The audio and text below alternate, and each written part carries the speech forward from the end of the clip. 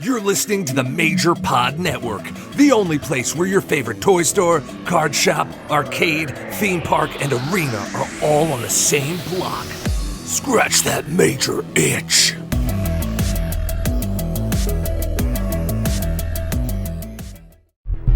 This is Tony Chimmel, and I'd like to introduce the hosts of the Game Marks podcast, George Feis and Johnny Clash.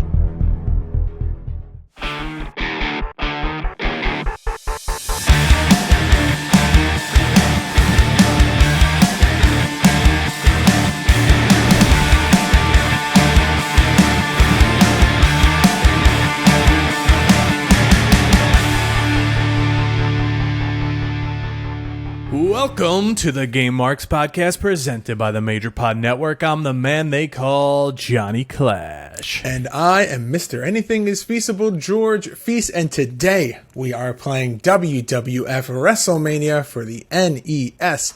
How's this game going to hold up? Is it going to get a Play It Forever? Woo! Or a Future Endeavor? You're fired! We also discuss Gears of War, Call of Duty 2023, and AEW Fight Forever. And don't forget to subscribe and leave a 5-star review for this podcast on Apple Podcasts, Spotify, or anywhere you get your podcasts. And follow us on all forms of social media at GameMarksPod. And check out the exclusive content we're creating for our Patreon, patreon.com/GameMarksPod. How you doing, bud? I'm good, man. I'm kind of excited. It's the greatest time of year for us as a podcast. It's Gameboree. We'll talk about that in a little bit. This is always a super exciting time of year. We got the end of season 2 of GMP 64 coming up at the end of the month. We've got Gameboree 2022 happening right now. There's a lot of things. We're still pumping out the weekly episodes. What'd you say? The end of GMP 64. Yes, the end of GMP 64. You heard it here first, maybe. I don't know. Aside from random one-offs, and we still have to do, I know we said we wanted to do an episode 69 of Game Over, because it's just Billy Gunn mooning people. That's all, the whole episode. We couldn't end it on 68. Yeah, it's the Billy Gauntlet. That's what we're going to call it. Anyway, Super Fire Pro Wrestling special we played last week. It was indeed a special one. Hey, a double Play It Forever, double piff right off the bat. We loved it. And it had one of those darker storylines like we mentioned. It had some weird topics, but that's okay. That's what makes this one more memorable over some of the other ones, because at a certain point, Fire Pro Wrestling games all blend together. You don't know what you're playing because they're all so similar. We love all of, there's been very few that we actually future endeavored, but this it's a lot of the earlier ones are like the ones where they like tried to do too many things, or there's just not enough changes in between the generations. Where like, you know, we played Super Fire Pro Wrestling X, and we played that forever, and I think the one either before that or after that, we were just like, well, it's essentially the same game. Why would we? Yeah. I'd rather go back and play this one. I'm looking for maybe this holiday World is going to go back on sale, because I very rarely turn on my PS4, so maybe I could grab it on Steam cheap, maybe. I would like to play it again, and I made all those cool arenas. I could always transfer them over to the PC. I think it would be a good time. So hell yeah. Maybe I could do that Black Friday, Cyber Monday, whatever the hell, Taboo Tuesday, whatever it is. This. Oh yeah, there's going to be, it's like the Steam summer sale, and then end of the year, it's like sale after sale after sale. So yeah, let's go. But speaking of Steam, speaking of games, let's talk about AEW Fight Forever real quick, because the internet was buzzing. Everyone was so hyped. There was some negativity, but it was a big rumor that AEW Games was bringing Fight Forever to the Xbox Game Pass day one of launch. And I thought that would have been a great thing. There's 25 million viewers. You were putting the only licensed wrestling game on there, and it's going to play like the game that everybody loved. That's the best recipe for success. Yeah, what's not to like? Now, AEW Games on the 8th tweeted, that it says the internet is buzzing about Fight Forever, but AEW Games is the official source for all news. And hang tight for a new exclusive Fight Forever update next Saturday, November 19th, during Full Gear. Hey, I'll be there. And then they followed up by saying this also seems like a good time to share that we don't anticipate AEW Fight Forever being a part of any monthly gaming subscription services. I mean, it definitely sucks the wind out of the sails in terms of, people getting pumped for the game. Did seem too good to be true. Being a little bit more accessible, but yeah, completely writing it off as a possibility, I wouldn't be so sure, but I would not expect, or I did not expect that to be something where at launch it would be. But you never know. Maybe it's, comes out, it's out for a year. Maybe they drop it on the Game Pass and it's available for a couple months on the Game Pass, and they're like, okay, we generate a little bit more interest. Maybe they do like a trial or something, right? Because aren't there games on the Game Pass where you can do like an hour trial or so? I think so, yeah. Or is that just like the EA Play thing? EA, you could do up to 10 hours, I think, before the game comes out. Which is cool. And to clarify what we were talking about the other day about the Game Pass, we were both kind of right. I think we were both just mixing and matching stuff. There's the Xbox Pass, there's the PC Pass, but then the Ultimate is both of them, and that one includes EA Play right off the bat. So if you pay the double for PC and Xbox, you get EA with it. Okay. Which is so worth it. Oh yeah, 100%. That's when I get my my Xbox. That's going to be the route that I go, because I mean, are you actually getting it, or are you gonna Johnny Nintendo Switch it? I made Johnny Last of Us to it, where I get it, and then maybe I start playing it, and then maybe at some point I kind of trail off of it. Sure. Right? Sure, we'll say that. Makes sense, I guess. That was a good analogy. You got The Last of Us 2, you played it for a couple hours, and you're like, I'll come back to it. Yeah, that's you can't grind. That's a big grind. I played that game in a matter of weeks. It's a 50-hour game. That game was beaten in a matter of weeks. I got kids. All right. Gamebury. Let's talk about it. We have a total donation right now at the time of recording, $900. Now, for only being a week and a half into this, that's a great number. That's great. But that's only a third of what I want to hit. So go over there. GameMarksPod.com/donate. There's the GoFundMe link. Everything goes right to St. Jude. We're trying to make something good happen this year. We broke 3,000 last year. Now, there's top prizes for the donors, like we keep saying. Yeah. There's AEW Fight Forever. Gamer lights like this one from Zavi. There's 8x10s from Best Batch Promotions. Super Fire Pro 1 and 2. It's there in the box. Like, they're pretty much mint too. You're going to get GMP swag. You're going to get hats and shirts and all of that. So go and donate. It could be you. You could be the winner. But even if you don't win anything, you're donating to a great cause. John. I don't want to cut you off, but I got to, because I kind of want to sweeten the pot a little bit. What if, as an extra prize for the top donor, maybe we had another little piece of apparel to sweeten the pot? What about we'll say like a 1 of 3, because obviously you're going to get one and I'm going to get one. What about a 1 of 3 Game Marks Podcast hockey jersey? Ooh, sign me up. All right, so we're going to add that as sweeten the pot. As a top donor prize. If you're the top donor, you will have a very exclusive, limited edition Game Marks Podcast hockey jersey that only myself and John would also have. So hopefully that entices you and makes you want to help support us and St. Jude's Children's Research Hospital a little bit more. Again, like John said, GameMarksPod.com/donate. And hit the line. And when you set me up for it, how can I not? It's time to step up, make a difference, and do some good. You almost forgot it. I flipped it around. I didn't do it right. It's step up, do good, make a difference, but... Perfect. All right, but with that, are you ready to dive into WrestleMania? It's WrestleMania season here on Game Marks Podcast. Not in real life, but we are ready to dive into the NES version of WrestleMania. You got your yellow shirt. You're gonna start ripping the yellow shirt. This one It's probably easy to rip. Let's go.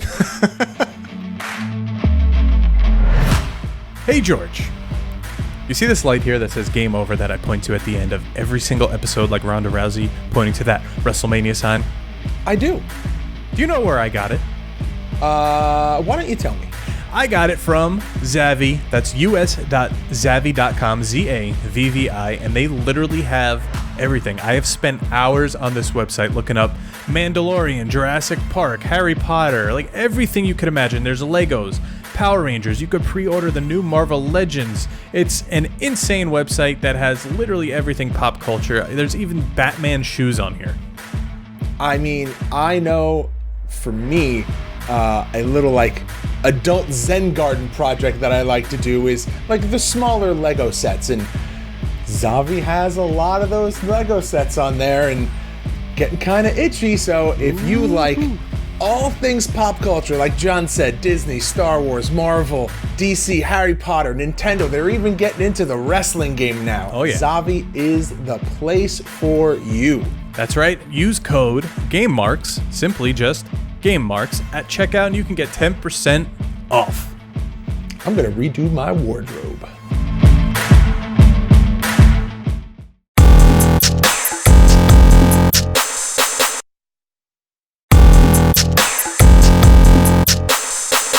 All right, WrestleMania for the not the Super Nintendo, WrestleMania for the Nintendo Entertainment System, released January 28th of 1989 for the NES, published by Acclaim, developed by Rare.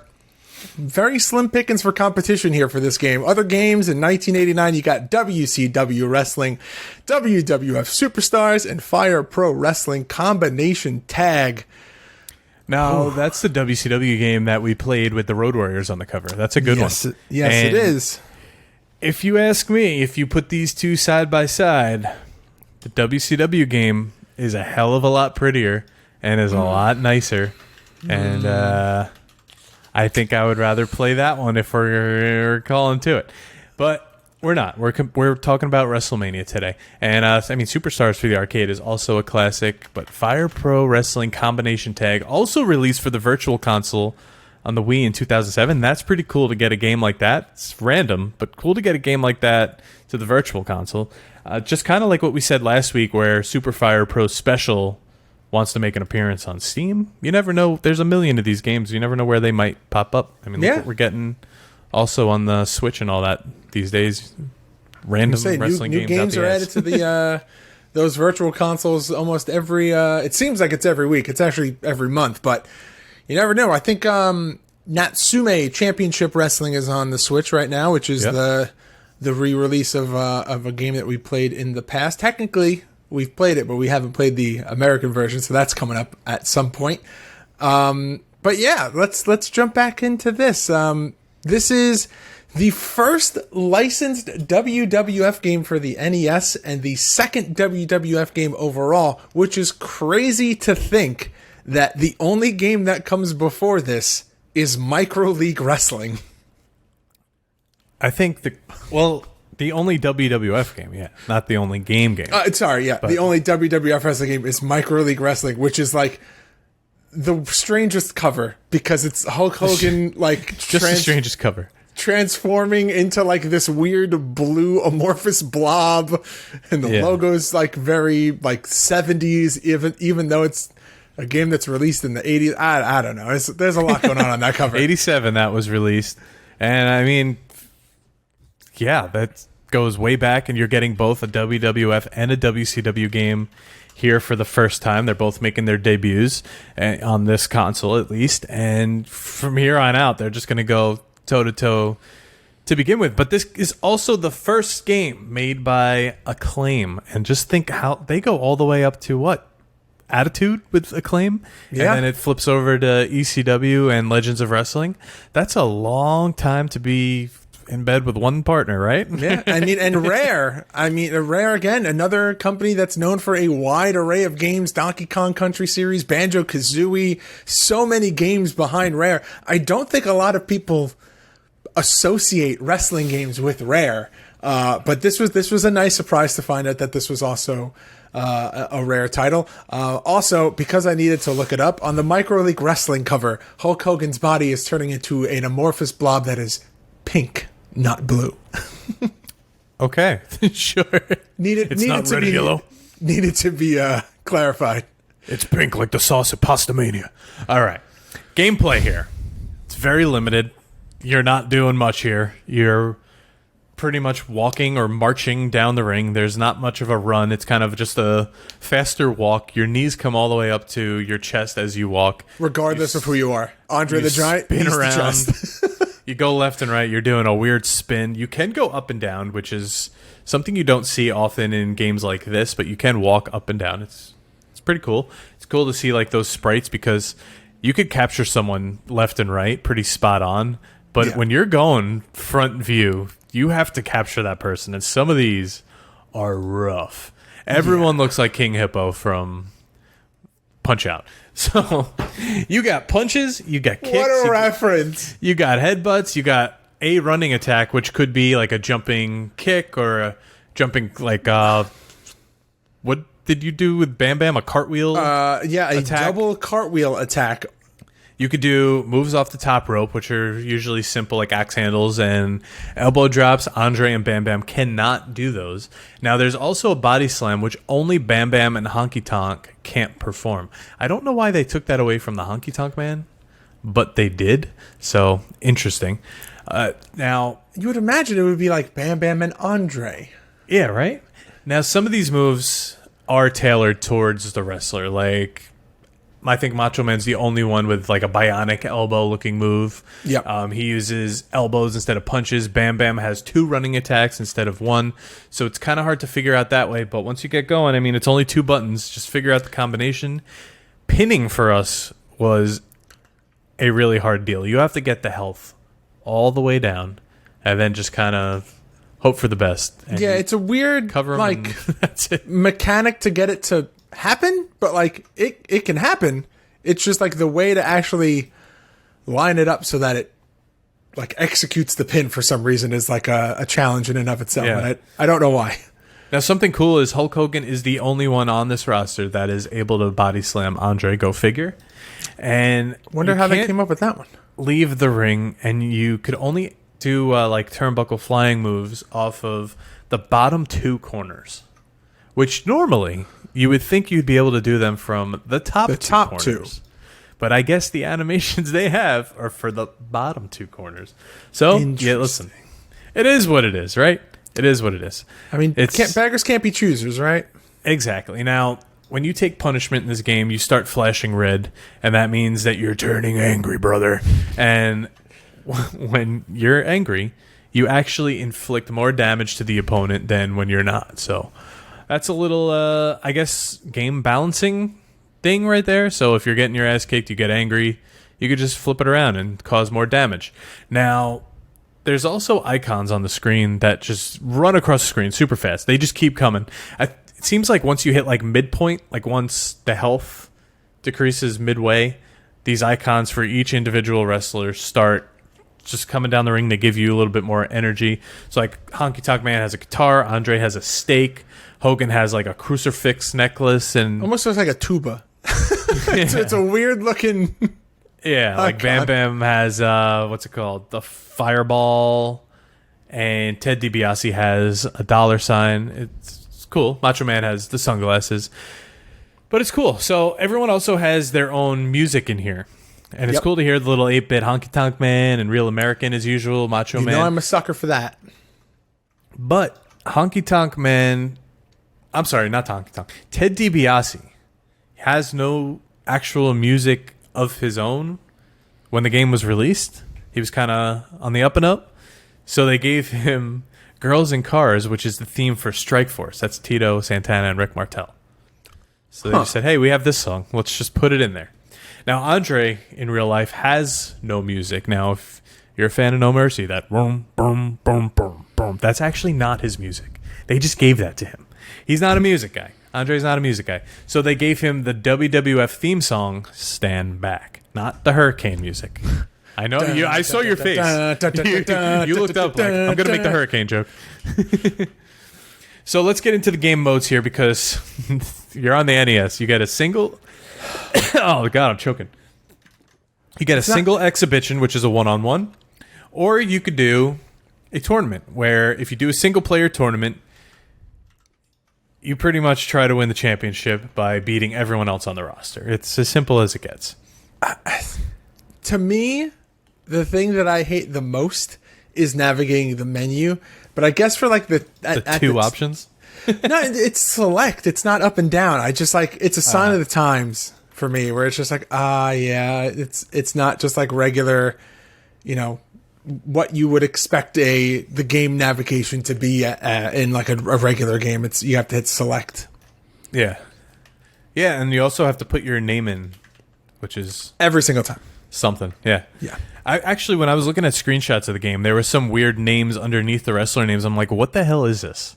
And now it makes sense that when you put your name in, it puts it underneath their name. So, I don't know. A little arcadey feature that they put in there. Now, there's also a 2-player tournament, which actually you could go up to 6 because you're just passing the 2 controllers back and forth. You could go up to 6 players, which I think is pretty cool that you can get people involved. You can make it a party awesome. game and whatnot. Now, you have to face 15 wrestlers, 15 matches total, because you're doing every combination there is. Everyone has to play against everyone. Now, in the event of a tie, because whoever has the best record at the end of the tournament wins the championship, but if there's a tie, this is interesting. The wrestler who achieved the single fastest victory is declared the winner. So just think about it. You get to the end, you're all tied up, which there's probably ways to make a tournament that you don't tie. Yeah. And then all of a sudden it's like, hey, no, this person actually won the quickest. Game over, they win. Out of left field. So whatever. Sometimes I wonder where they came up with the rules for this like generation of games. It was just like, they did what they could and what they could fit on that cartridge, I think. I was just gonna say they did what they could with the supplies that they had. So I guess, like I said, beggars can't be choosers. But just some of the decisions are like, where were they going with this? We just don't know. But I think it's time to read the roster here, George. I think I want you to take this large roster. I figured I would do the heavy lifting this week and take this monster of a roster. All right, sit back, relax, John. Here's the roster for WrestleMania NES. You've got Hulk Hogan, Bam Bam Bigelow, the $1 Million Man Ted DiBiase, Randy Macho Man Savage, Andre the Giant, and the Honky Tonk Man. And that is your roster for WrestleMania for the NES. And the Honky Tonk Man. Honky Tonk Man. I've told you my Honky Tonk Man story before, and I will not say it on air, but it's a pretty funny one. Yes, you have, and it is. I can confirm, it's a good one. It's a good one. You're chock full of good wrestling stories, though. So don't make it seem like that's the best story you got. You got a bunch. Been around the block, but let's talk about this cover here because. Do you remember going to like a Funkoland or a flea market? Because we're too old to have bought these brand new. Yes. But I remember specifically going and getting them in that hard black sleeve that had Nintendo on to it. have bought them brand new. Yeah, that. I was like, wait a second. They're in the black sleeve, and then you open it, and it was like hard to get them back in the black sleeve because it would always like be ridgy and get in there. But let's take a look at this artwork right here. Willow, I can't play with you right now. I'm playing with George, okay? She's just throwing a ball at me. I heard it bounce out. I was just like, what? What is that? There's a pile of toys next to me, apparently, that she's just been bringing. Anyway, Play Hulk with your Hogan child. on the cover, ripping his shirt. I mean, if you're trying to sell a game in the late 80s, what more do you need than Hulk Hogan ripping his shirt with the WrestleMania logo? 89, Hogan on the cover, WrestleMania logo. Is there anything that is more pinnacle peak WWE at the time? I don't know if you could make that argument. So this one I got here is actually like really close to mint. Like as I would say close that's a nice looking as you cartridge. can get. It was like $7, but I just noticed it has like an initial etched into the back there. You see that K? Oh. That's all right. No one sees the back. Yeah, that's fine. I never really looked at the back of one of these cartridges, but it says, do not store in extreme temperatures, do not immerse in water. I don't know why someone would do that. Do not clean with benzene, thinner, alcohol, or such solvents. Now, did you have that cartridge cleaner? Like I did. Kit? Yeah, I did. We all had it. The game didn't work. You blew it too much. So the main, I watched a video. It may have been on like DK Oldies or one of those channels, but it was just like, he's going through the warehouse and they're like, oh, you bought a copy of this, but we're going to clean it for you. And he goes through this whole, it was probably like a 15-minute video explaining how like so many people thought that like their cartridge was dusty and that's where the rumor came from, that you have to like blow into the cartridge and all this stuff. And it turns out that 99% of the time it was just because the contacts on the inside of the chip were either stored not properly, so like they had like corroded and rusted a little bit, and like that's why they started making this. It was a whole wormhole. I was just like, an entire generation of people just thought they're like, oh yeah, the cartridge doesn't work because it's dusty, and like. Or blowing it, which actually makes it worse. Which makes it worse because that's what rusts it, because you're putting your moisture into the cartridge. I gotta find all of my games and see what condition they're in years later. I haven't seen them in 20 years, probably. I mean, if they're in like a bin or something, I'm sure that they're fine. I guess we'll see. I don't know. The back cover. Now you have the rest of the roster. Hulk Hogan is not on the back, so it shows everybody else and says, you've always dreamed of being Hulk Hogan, Randy the Macho Man Savage, or one of the other WWF superstars. One of the other. Imagine just being one of the other. And now here's your chance. Challenge your opponent to a rough and tumble match featuring drop kicks, headlocks. Oh, I lost it for a second. Body slams and a whole arsenal, because you do that, whole arsenal of bone-crunching wrestling moves. Or create your own WWF WrestleMania tournament and compete against your friends or the computer to crown the undisputed WWF champion. From 1 to 6 can play. So put on your wrestling trunks, step into the ring, and get ready to experience WWF WrestleMania from the inside. Put on your wrestling trunks and play this game, George. That's what they want you to do. They want you to sit there in your skibbies and... What bothers me about this back cover? For me, it's the word opponent split up. Hyphenated text drives me fucking First nuts. thing, always turn off on InDesign. Drives me snobs. nuts. The screenshots. I mean, aside from that, though, it's not bad. You got the tube television screenshot with making it look it's on like an old CRT monitor. It's pretty good. I like that. That's a nice little touch. I like the championship visual. Because, listen, you're not... Even now, beating a game is like... If it's like a sports game or like a nothing game, it's whatever, I beat it. I feel like if it's not like a good story, you need to feel fulfilled. Yeah. I think seeing that championship like in 1989 like gives you like that, all right, I did something. I won the championship. It's something.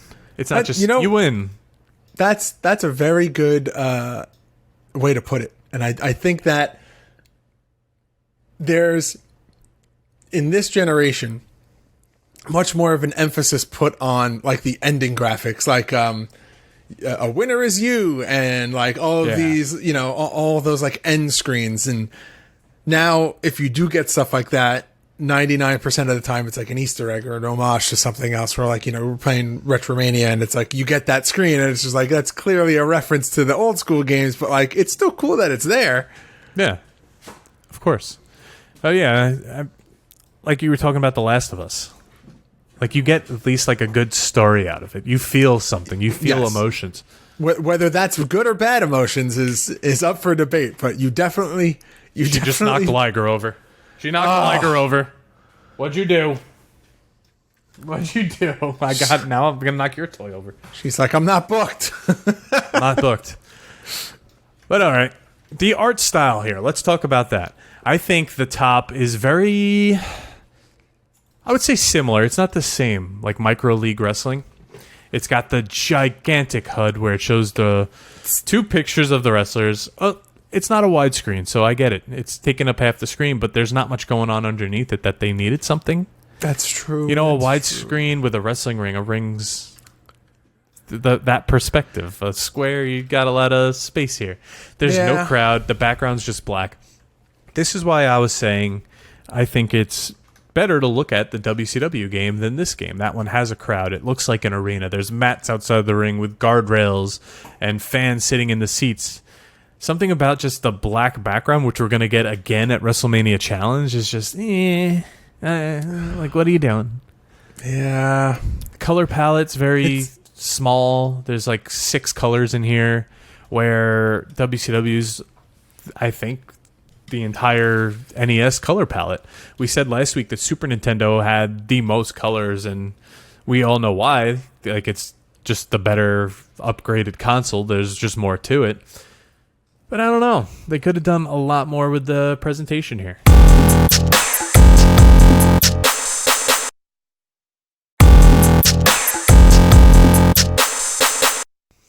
I mean, Micro League at least has the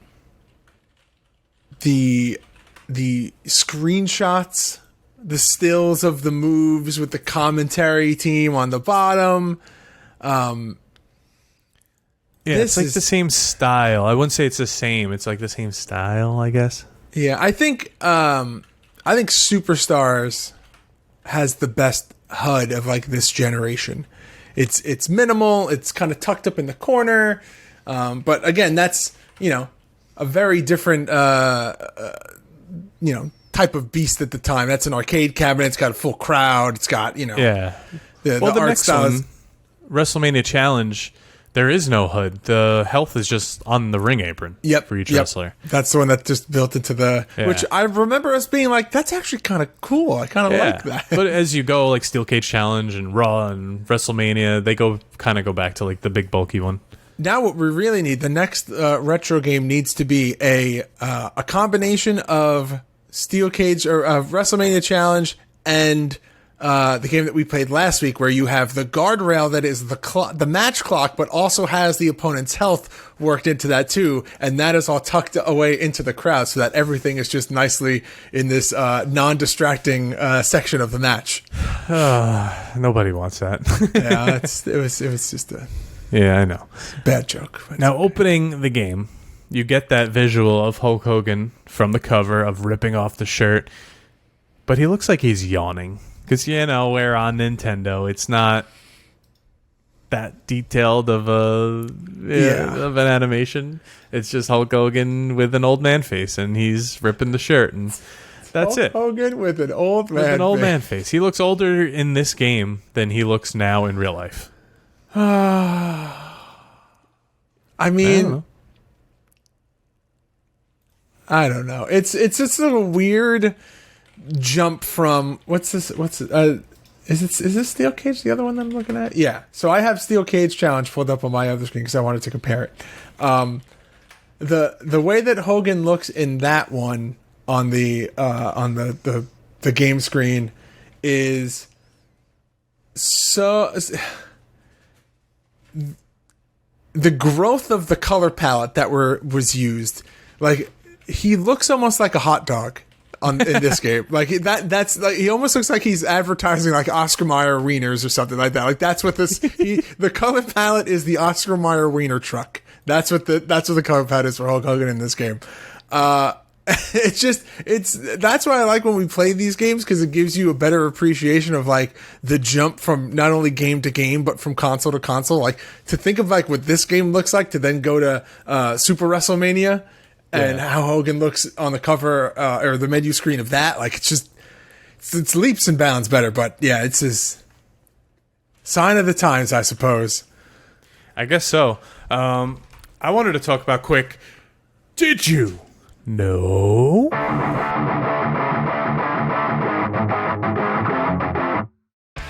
Did you know that even though this game was released just months prior to WrestleMania 5, the game title screen features the tagline from WrestleMania 3, Bigger, Better, Better. Did you know a Game Boy version started development in 1990 but was canceled? Thank God. Did you know WWF WrestleMania is on eBay from 99 cents to $20 with a new sealed version going for $1,099 and a WADA graded 5.5 for $850. You should send yours to go get graded. No, it would be probably like a 3. Oh yeah, because the carving on the back. The one I'm seeing here, the WADA graded one, is full like box and everything. Oh damn! Yeah, all right, unopened. Right. What else do they have here? Oh, this one's $2,200 for an 8.5. $2,000. Yeah, that's an 8.5. A few weeks ago, Major Pod, the purchase of the week, someone was talking about getting a graded WrestleMania arcade game for, I think it was the Sega version. I don't remember which version it was. But they got one of them, and they were getting rid of an older one, and they said, like, hit me up if you're considering it. So I actually messaged them, and they wanted a price that I was not willing to pay. I think it was fair what they said the price was. It wasn't like unfair. I just wanted to test the waters, but it goes for a lot. And it was graded an 8, so yeah. I think that is one of the games that it shocks me. So that game comes out, I have it pulled up here. It comes out in 95. Yeah. And the span of consoles and platforms that game is on blows my mind. I had it for PlayStation. I had it for the PC. Yeah, it's the GTA 5 of our generation. Arcade cabinet, Nintendo, regular NES. Arcade cabinet, Super NES, the PlayStation, the 32X, the Genesis, the Saturn, and the computer. What an array of consoles that game was released on. Yeah. We're going off track here. We're off the rails. It's all right. It's, in my opinion, the perfect game, but besides the point, I think they ruined its legacy a little bit with In Your House because it's just not as good. But it's such a stark contrast between the two. It's yeah. Let's talk about the ratings and reviews real quick from the publications. There's only 2, so we don't have to get into the whole spiel. GameZone gives us an 88 out of 100, and Total gives us a 30%. Now, Total is a video game magazine. Cereal? Published in the UK from 91 to 96, so I guess they rated it a little bit later. Oh. But, like we say, you can't really rate a game later like we do because it's not going to play the same, which is why we rate it on a nostalgia factor. Yes. So, I don't know. But 2-3 years later, you're getting into different waters there. But, you talk about the ratings, and we know, as far as this podcast goes, what the most important ratings are. And that's ours. Because it's time to rate the game. The game!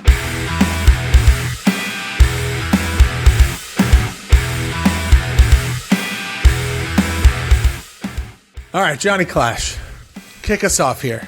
WrestleMania for the NES. Is it going to get a Play It Forever or Future Endeavor? You're fired! I like the lore behind the game. Like, I like owning it. I like looking at it. It's pretty. It goes with this nice Hogan basic that I have. It's the same outfit and everything he's wearing. The nostalgia's great. It's the first NES game. It's the second game overall. So it's just got everything nostalgia-wise. Playing it,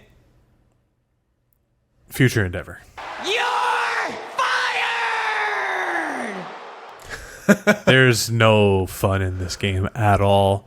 Maybe if you're sitting there in the 80s with your friend drinking a little Coca-Cola from the glass bottle and you got the fan blowing with like the little streamers on it behind you, and you're like, picture you're painting here. Want to play the WWF game? You're on like that old raggedy brown couch, sitting on a TV, sitting in front of a TV that's like 13 inches wide. Yeah, it's like a camping TV essentially. Legs folded because you're sitting in front of it because the cables are so damn short on the NES. Your parents yelling at you in the background, "Don't sit too close to the TV. You'll hurt your eyes." Maybe then it would be fun. Like if you had to turn the channel 3 and play it.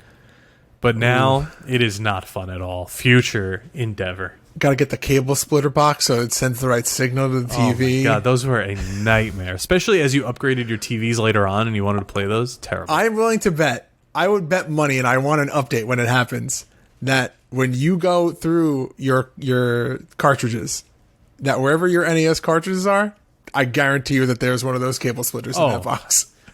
At least 2 of them, probably. Yeah, because you had the one that you're like, well, this one isn't working today, but it could work tomorrow. Like paint on them because they just got painted around. And God. Oh, definitely. What a fantastic ride down memory lane that the last 5 minutes of this podcast have been. All right, but you, George Feis, will you play it forever or future endeavor? I'm going to future endeavor for the same exact reason that you said. It looks great. It's a huge nostalgia factor. It's got a legacy behind it, but man, oh man, is the game just basic. The roster is small. If you're telling me that I can play an NES wrestling game from this era, I'm just playing pro wrestling. I'm not picking this up. You're fired! I don't even want to play pro wrestling, to be honest, at this point. You want to play Kaneko Man Tag Team Muscle. I just want to play just the muscle game. All right. But okay, I mean, that's WrestleMania for the NES. Are we now ready to enter the soft lock? Let's go. All right, so the soft lock segment is a segment where one of our Patreon members gives us a topic to discuss, debate. Sometimes it's just a question, and today the question comes from Tecker. What is going on, man? And that question is, create a When We Were Young lineup, but for video games. Pick 5 games from your youth that define your childhood nostalgia. Now, for those who do not know, When We Were Young Fest was a big festival that happened a couple weeks ago, where it was just like a bunch of like old early emo bands. 2000s emo bands that all just got together, and some bands reunited. Some bands played songs that they said that they would never play again. And hey, if you're a member of our Patreon, TK Wild, friend of the show, documented his experience there on his show Wild's World. But because of this festival, Tecker came up with this question. We're going to make our own lineup. And I would say that for the sake of this, we're going to put together a festival we should not duplicate. Oh, okay. Now, do you want to go you're just gonna pick wrestling? 5 and I'm going to pick 5? Yeah. Do you want to go only wrestling games? Or No, go beyond it. It just says 5 games from your youth that defined your childhood nostalgia. I'm going to go first and foremost with Revenge. Okay. You want to go back and forth, or you want to just spit them out? No, we'll go back and forth. So I'm going to start with Revenge. All right, you're starting Revenge. I'm going to say Halo Combat Evolved. Okay, Halo. I'm going to go with Tony Hawk Pro Skater 2. All right. I can't say that one, so I'm going to go with 3. Okay. I think I played the shit out of that one just as much. I gotta go No Mercy. All right, well, you took that one away from me. I'm going to say James Bond Nightfire, which you will see next week on OMG. What else? Oh, original Super Smash Brothers. Ah, that's a good one. I'm going to say Blades of Steel. Oh, that's a good one. And for my final one, I will go with Mario Kart 64. And my last one, Sonic 2. Oh, okay. That's a nice, diverse lineup of games we got there. That's a good list. I still go back and play almost all of them. I would go back and play most of those. Tecker, that was a great question. Thank you very much for that. So I went back and tried to play Blades of Steel the other day because I was in the mood to play a console game, but I was like on a PC, like just hanging. I wasn't near a console or whatever. I typed in Blades of Steel, and holy crap, that game was hard. I don't know how I played that as a kid and like breezed through it, but it is hard. You have to control when the opponent takes a shot, they automatically switch to you as the goalie. So like If the puck's coming at you, you have to go up and down and try to save it. And it's very hard to save it. So then I switched to NHL 94, and I was playing that for a bit, which is also very hard. Yes, that I do remember being just got to go one-timer goals, and that's it. I do remember that being insanely difficult. Yeah, it was not fun. And it wasn't the best year for my team. So no, the Rangers won that year. The Rangers won the cup, so it was a bad time. Yeah. Anyway, everybody gets one, or everybody gets a couple. They've only got one since 1940. It's okay. Is it time now for some gaming news? Let's dive on in.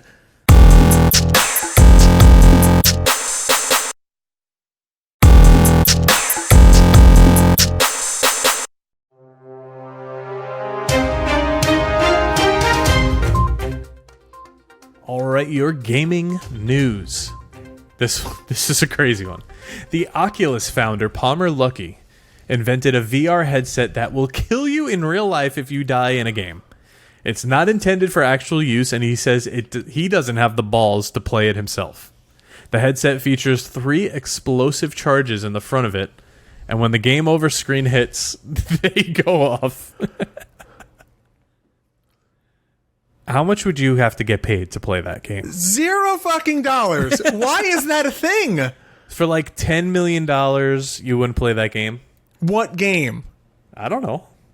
Am I playing No Mercy? Because then, that's the easiest $10 million I've ever made in my life. Ooh, even that one, I would get I would sweat a little bit, depending on the AI. I don't know. That's crazy. I don't think there's any amount of money that would make me do that, because I just that's why I have so many questions. Why is that a thing? Why would you? What game was that? Was it the Gerard Butler movie? I don't know. Isn't there's a Gerard Butler movie 1 through 12? No, I'm pretty sure that there's a Gerard Butler movie where a kid puts on a VR headset and he controls another human being, and it turns out that the people that they're playing as are like prisoners or something. Hold on, I gotta look this up. That does sound familiar. I'll continue as you look that up. There will be a new full premium Call of Duty. What a creative name. It's called VR. It's called Gamer. Oh. Yeah, I don't know. I never saw that.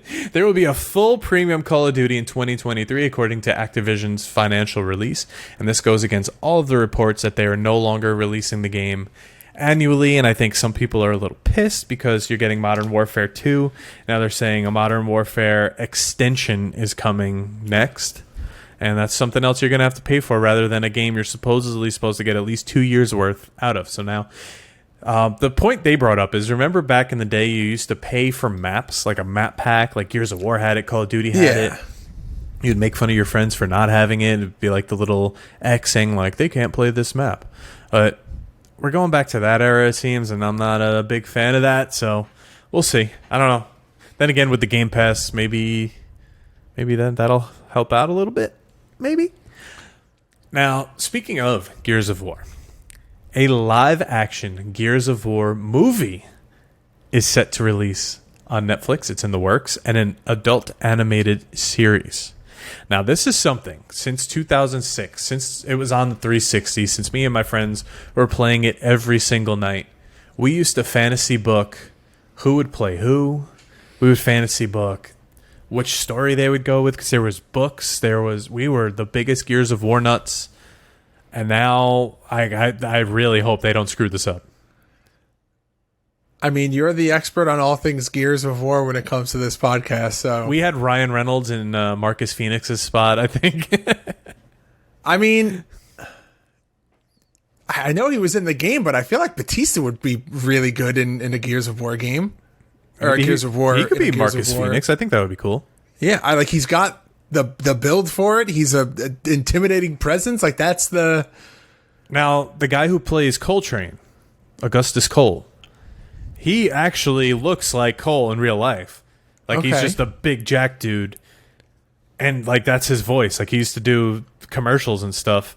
He needs to play him because he's the best character in the game, and he needs to be him. That's all I got. What about the guy who voiced Dom? Do you want him to be Dom? I don't know if he's like big enough. I don't know. I don't know him too well.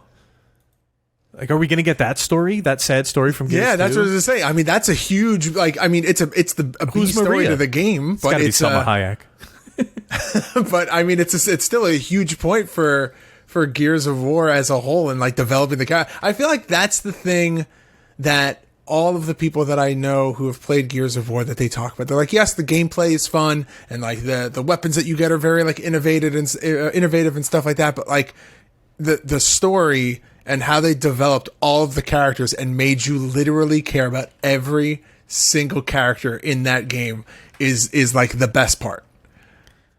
Yeah, it tugs at the heartstrings. So I mean that definitely makes it so that would be a compelling, a live action movie or an animated series for sure.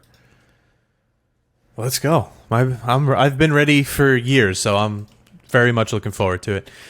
But your game's releasing this week: Solasta, Crown of the Magister, Inner Strength DLC on the 14th. On the 15th, you're getting Bound by Blades, Bravery and Greed, Eden Gate, The Edge of Life, Floodland, Pentiment, Smurf's Cart, that sounds fun, definitely a Switch game, Somerville, Siberia The World Before. On the 16th, you're getting Modern Warfare 2 Battle Pass and Warzone. We'll be playing that. Oh, baby.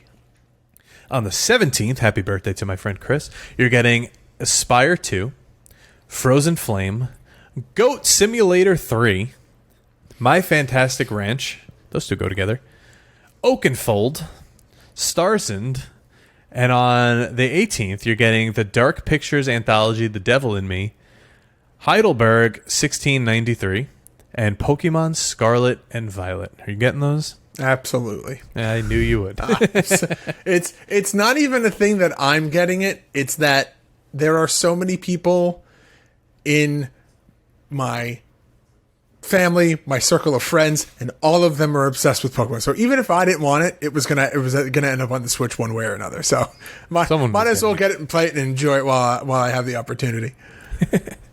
All right, but what are you playing this week? Anything good?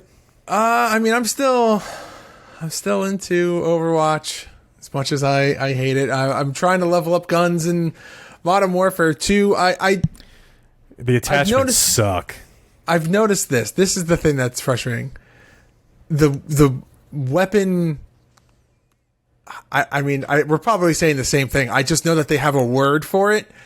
Like upgrading the weapon systems is just a fucking nightmare. It in and out. It's just so complicated and so convoluted, and you can have a different base, but the attachments of another. Like it's too much. Well, you used to grind one gun to get that gun's attachments. Now you have to do other guns to get other guns' attachments. Yeah. So basically, when you get Warzone, if you don't have the base game, you're screwed when it comes to weapons. Yes. Which kind of sucks. But so I'm now just trying to get myself as prepared as possible for when Warzone comes out, and I'm like, well, I've got one gun almost like fully done, so hopefully this one gun does really well in Warzone. Otherwise, I'm screwed. I've been playing the campaign, so hopefully those guns just count. Because every time I see a new one, I'm just picking it up and just using it. So I don't know. We'll see. I don't know. You know what's interesting? Like The Last of Us and all those games are like 50-hour games. I looked it up because I feel like I was like cruising through Call of Duty, like the story was progressing quick. It's only a 9 to 10 hour game. Yeah, I was gonna say it's not. I feel like that's always the big thing about the Call of Duty. They jam pack a lot of story and dialogue and things into the games, but the actual time played and all that is actually not very high. But they do a good job of like immersing you in it. Like I remember when what's the one that takes place in Vietnam? Is that Ghost?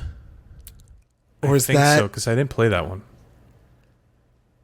Oh my god! Oh no, Black Ops, the original Black Ops, the first Black Ops.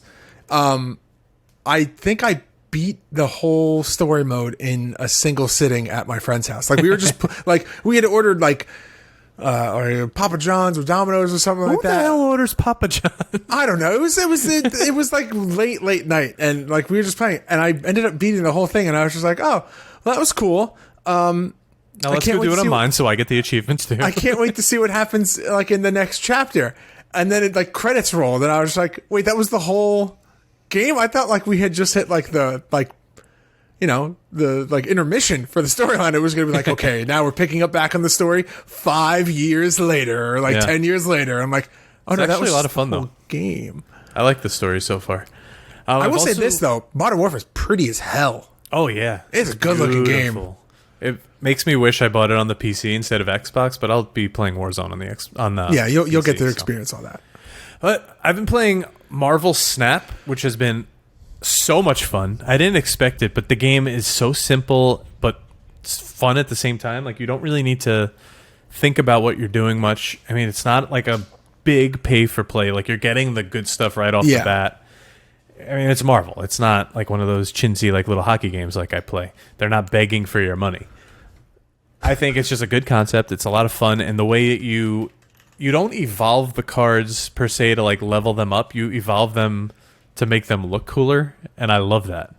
Okay, like they go in like different levels. Like first you get a card, then you get a card that's like bursting out, then you get a 3D card. Like it keeps going up, and the visuals, like the art style, the comic book like art is just so nice. Get into it. I gotta check that out. Yeah, I gotta check it out. All right. YouTube.com/GameMarksPodcast for all of our weekly playthrough videos, exclusive content, and a whole lot more, including this week and every other week's playthrough. John, what is going on Patreon this week?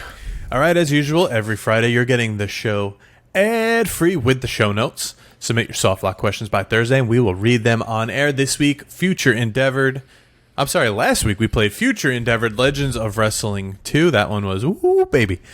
This week we are playing 007 Nightfire for, oh my god, one more game, OMG. And of course, we're going to have our monthly Discord game night. We got a few new games up our sleeves, and yeah, that should be a lot of fun just like it was last time. Hell yes. All right, George, tell us what we are playing next week. Well, next week, this is going to be a game that pretty much everyone can pick up and play with us, because everyone's got a phone. We're going to be playing WWE Champions for the iOS and Android. It's a game that's been around for quite a while. I know that you and I have both talked about the love-hate on-off relationship that we've had with this game, and looks like next week we're diving back in. I gotta re-download and see if all of my save progress is still there, but that might have been like 3 phones ago, so I'm not sure. Oh, God. Fingers crossed. That's a fun one, though. I'm excited to jump back into it. I'm probably gonna get another addiction going. Hell yes.